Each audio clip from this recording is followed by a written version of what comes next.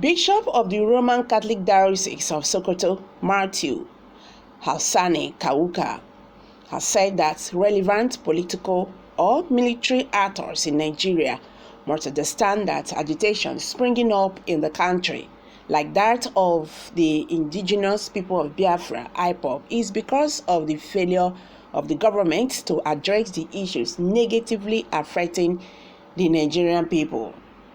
Kukah shared his thoughts on Wednesday while speaking visually as guest speaker during the 8th annual public lecture on the General Overseer of the Redeemed Christian Church of God Worldwide, Ogun State, Pastor Enoch Adeboye, ahead of his 80th birthday celebration on March 2nd, 2022. The theme of the event was Nigeria, a country of many nations, a quest for national integration. Speaking on agitations across the country, the cleric said that contrary to speculations in certain quarters, these reactions are the result of actions or inactions of the Nigerian state.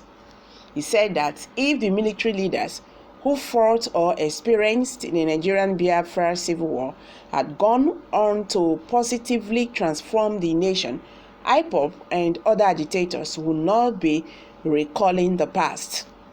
As you know, when IPOB started their case, even the elderly Igbos themselves said, "Look, you have never fought a war. That is why you are saying what you are saying." But the people said, "We are saying what we are saying because we actually fought a war, and that war is over. And that war is over, and we have got nothing to show for it because our conditions have not changed." So I make the point, therefore, that we must not be mistaken in thinking, especially our retired military people tend to say people don't know what war is, and it is true. But if you fought a war, the challenge of those who have won the war, in our case, we said no victory, no vanquish. But my arguments and the evidence out there before us is that we should not have been where we are now, but we are where we are today because we failed grossly to confront the issues of ensuring that a war never happens again, he said. Kukah explained that where Nigeria is going and where it should be has occupied his attention for the past 30 years, adding that the country is now suffering for identity politics, where people respond to perceived threats by ethnic, economy, or political decisions or policy decisions they feel is against them. What we are faced with is what the world refers to as identity politics. That is, the consciousness of our world is driven by both a perceived threat, fear and anxiety created by a circle of social-political divisions that are directed at excluding a particular group. People will congratulate based on identity, use it to mobilize for their cause. So people then trend to act in anger. They become defensive. They identify an enemy who could be from the east, the west, the north. It could be Igbo, Yoruba, the Christian, Muslim, and as we saw with Helter, it will be the Jews, he said. He cited the recent groups witnessed in some West African countries, praying that this contagion does not spread. The temptation of a military coup is largely because if African leaders do not deal with the practical issues of elections, electoral outcomes, the wishes of ordinary people, we will continue to make ourselves vulnerable to these temptations, he maintained. The cleric said Nigeria will be united and on the right track if good governance is entrenched. Ordinarily, I agree with Chinwe Achebe that there is nothing wrong with Nigeria, but we have continued to play the ostrich, refusing to face squarely the reasons why the inability of politics to deliver on good governance.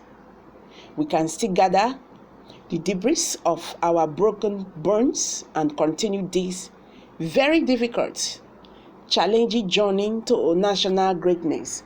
We cannot outsource this obligation either to God or to anybody for that matter.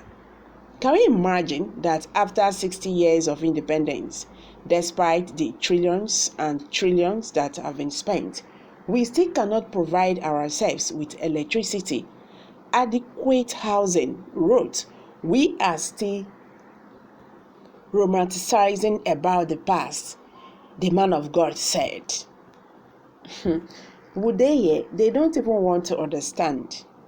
Yes, they will not want to understand.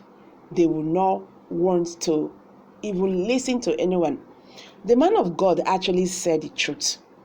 The Biafran agitation and the Southwest agitations, all the agitations entirely, cannot be crushed with military might, or you never fought the war. Dialogue and good governance is the only solution. I always say it here. You cannot just go going after agitators without looking into the root of agitations. Are we trying to tell ourselves that what these agitations are saying, I beg your pardon, agitators are saying are just blah blah blah? They are not making sense. They are not saying they are not saying what is actually happening. You can't just ignore things like that. It doesn't work that way. It doesn't work, and it's not going to work. Instead, we are creating more problem to ourselves. He have just said it all. Those people are saying you did not fight the war. You did not experience the war. Now the question is, the reason why that war was fought, has it been defeated? We are still where we are today. No good road, no good school, no good hospital. But when these people have common headache, they fly themselves out. Yeah, that is it. They live like lords, while every other Nigerians are slaves out there, on the streets. These are the people who put you there, who said, please come and represent us. Immediately you get to that place, you have forgotten all the promises you've made. The leadership is now for you and your family. You say people should not agitate. You say people should not protest. When the youth want to say, or when the youth are saying, this thing that is happening is not good, this is not how they're supposed to be, the next thing you see them using military might on people, killing the youth. At the end of the day, they will deny it. Can you even count how many agitators that have died just because they say, oh, if this is how you guys want to treat us, if this is how you people want to, make us live like slaves in our own country, oh, beautiful, give us our freedom. They were being killed just because they carry flag. But those people who are raising down communities, who are killing without mercy, are there. Tomorrow we go hear matters say they don't repent, just like what they said that happened in Borno State, this week.